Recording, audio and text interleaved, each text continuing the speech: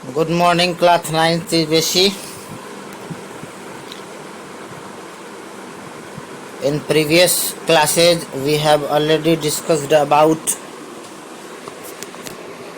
laws of planetary motion given by Johannes Kepler, and also we have discussed about universal law of gravitation given by Sir Isaac Newton.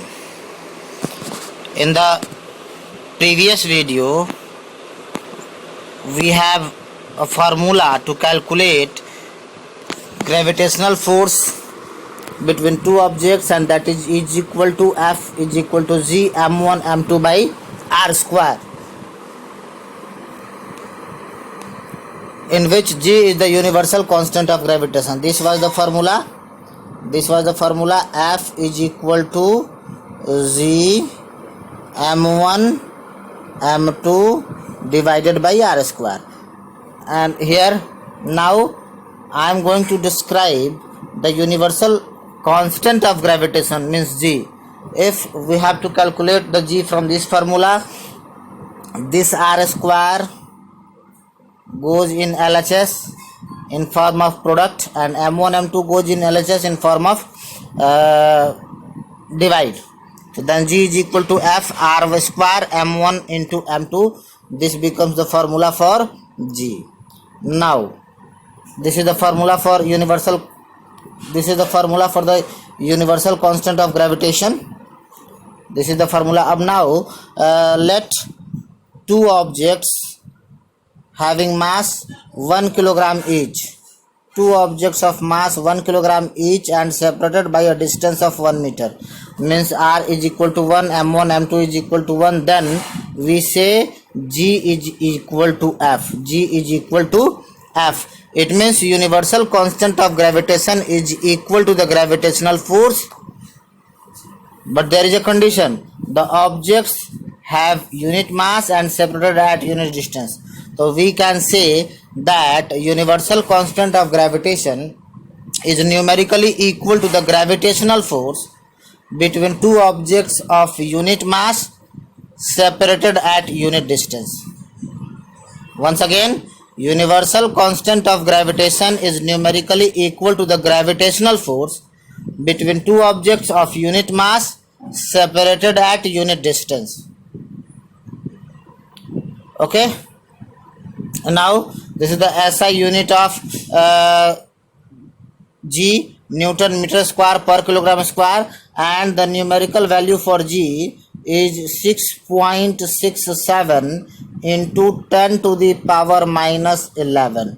6.67 into 10 to the power minus 11. This value was given by Sir Henry Cavendish. This value was given by Sir Henry Cavendish.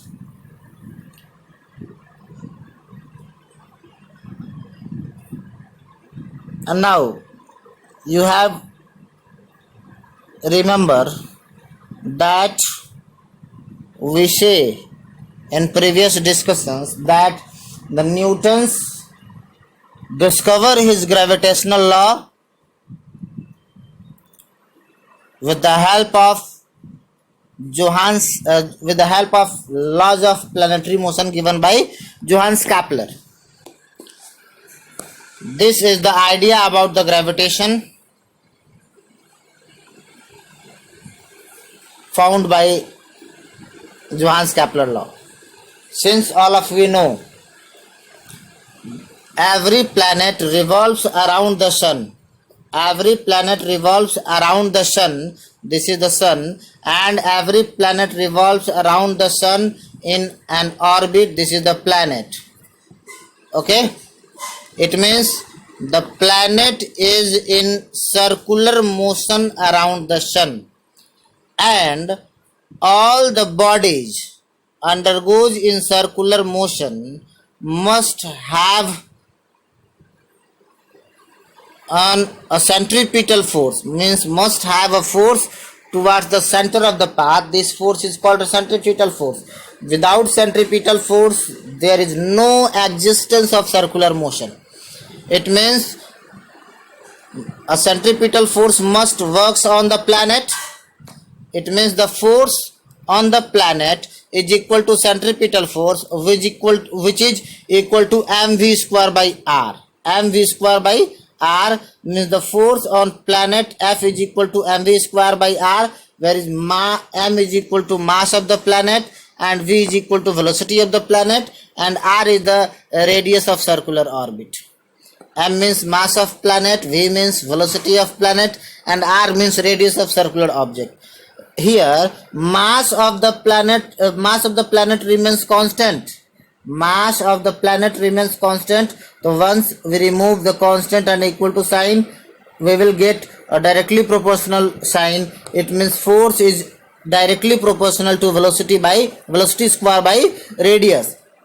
Again, if we are going to calculate the velocity, what will happen? The distance traveled in one complete circle is equal to 2 pi r, and this is time to complete one complete revolution, which is also called time period.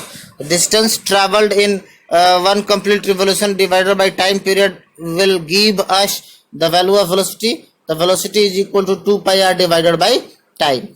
Here 2 pi is the constant. Once we remove the constant 2 pi and sign of equal to, we will get a sign of proportional, means velocity is proportional to r by t. Here we can put r by t instead of v.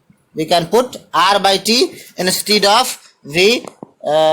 Let us see in the next section. Instead of r by v,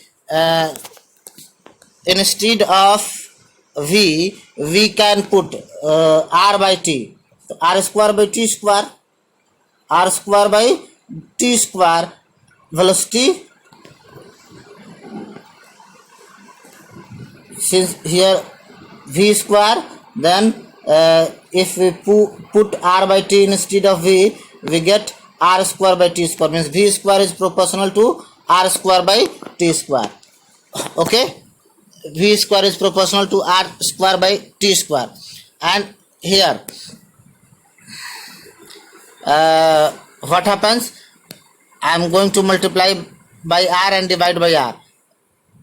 On multiplying by r, the r square becomes r cube, and r remains at its denominator. R cube by t square, it is constant, because according to the Kepler's third law of motion, t square proportional to r cube. So r cube by t square remains constant. So once we can emit the constant, v square proportional to 1 by r. Again, in previous section we see that f is proportional to v square by r, and v square is proportional to r. It means f is proportional to 1 by r into 1 by r. 1 by r into 1 by r means 1 by r square. This is the special idea got Newton from the Kepler's law of planetary motion. In this way, we can say that the Newton deduced his universal law of gravitation from laws of planetary motion given by Johannes Kepler. In the next video, we will discuss about the acceleration due to gravity and the phenomena of free fall.